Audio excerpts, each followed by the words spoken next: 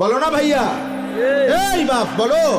আল্লাহ এখানে আমরা সকলকে আল্লাহ তাআলা সেজদা দেওয়াইতে বাধ্য কইরা আল্লাহর পক্ষে সম্ভব? সম্ভব? আল্লাহ চাইলে পারতেন। এই কথা কোরআনে আল্লাহ বারবার বলছে, ওয়ালাউ শাআ রাব্বুকা লাআমানা মান ফিল আরদি কুল্লুহুম জামিআ। আল্লাহ বলে তোমার রব চাইলে জমিনের সব আল্লাহর প্রতি ঈমান আনতে পারত। আল্লাহ বলেন ফালাউ শাআ লাহাদাকুম আজমাইন। আল্লাহ চাইলে সকলকেই হেদায়েত দিতে পারতেন, ওয়ালাকিন হাক্কাল কাউলু মিন্নি। কিন্তু আল্লাহ বলেন আজ হাসরের ময়দানে আমার চূড়ান্ত ফয়সালা, আজকে আমি বান্দা মাফ করব না, আজ আমি বিচার করব। লাআমলা আন্না জাহান্নামা মিনাল জিন্নাতি ওয়ান নাসি আজমাইন।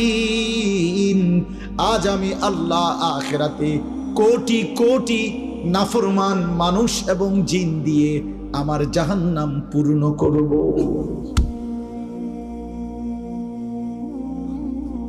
আজ আমি ছাড়ব না বান্দা, আজ হাসরের ময়দান মাফ করব না, আজ বিচার করব। বিচার আজকে জাহান্নাম পূর্ণ করব, জাহান্নাম পূর্ণ করব।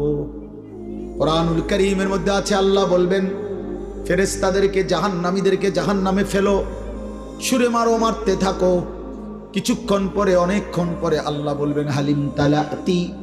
জাহান্নামকে আল্লাহ ডাক দিয়ে বলবেন জাহান্নাম তোমার জায়গা পুড়ছে কিনা? জাহান্নাম বলবে ওয়া তাকুলু হাল মিন মাজিদ। আল্লাহ আরো অনেক জায়গা খালি, আরো নাফরমান দেন,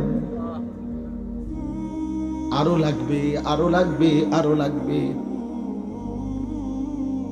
ইয়াউমা তুকাল্লাবু ওয়ুজুহুহুম ফিন্নার। কোরআনুল কারীমের মধ্যে আল্লাহ তাআলা বন্ধু বারবার জাহান্নামের কথা তুলে ধরছেন। বন্ধু, এমন মালিক একবার না দুইবার না, এমন মালিক একবার বললেই তো ছাড়তো, কিন্তু সেই মালিক শত শতবার হাজার হাজার বার বলছেন। বিষয়টা আপনি এত মস্কারি ভাবলেন কেন? আল্লাহর কথারে এত তামসা মনে করলেন কেন? টেলিভিশনের নর্তকীর কথা এত মানে নিলেন কেন? সমবয়সী বন্ধুর কথা এমন বুঝে ধরলো, সৃষ্টিকর্তা মালিকের কথা কেন তোমার বুঝে ধরলো না? ফুটবল ক্রিকেটের খেলোয়াড়ের কথা তোমার মাথায় ঢুকলো, সংবাদ পাঠক পাঠিকার কথা তোমার খবরে মনে ধরলো, মালিকের কথা বুঝে ধরলো না কেন? বলে কি বলবেন?